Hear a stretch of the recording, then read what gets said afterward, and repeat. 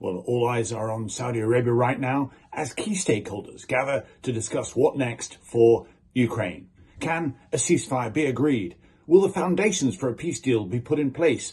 Or will the void between America and Europe continue to grow?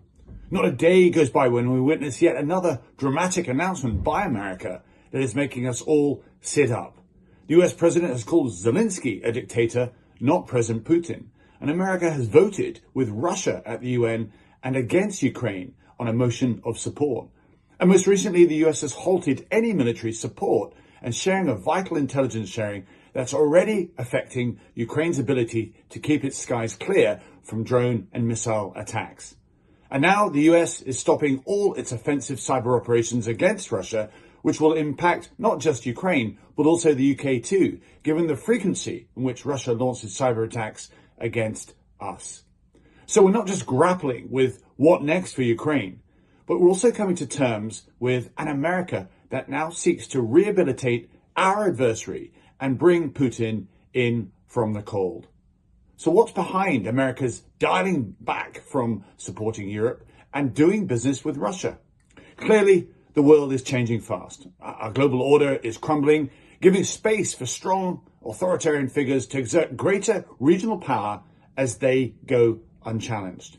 Trump seems to accept this new reality, giving up on any sense of duty to defend or repair that crumbling global order. Out are the international rules and institutions. In are strong countries, strong leaders who get to call the shots in their own backyard. And by this rationale, Trump was willing to cede Ukraine to Putin. So what does this mean for Britain and indeed Europe? Well, firstly, let's not lose sight that Putin remains the danger, harboring ambitions to take Ukraine and beyond. So it's really good to see Britain stepping forward and leading a coalition of the willing to help Ukraine. Secondly, we should make every effort to persuade our closest security ally that a wider conflict in Europe is inevitable if we sell out to Ukraine and appease Putin.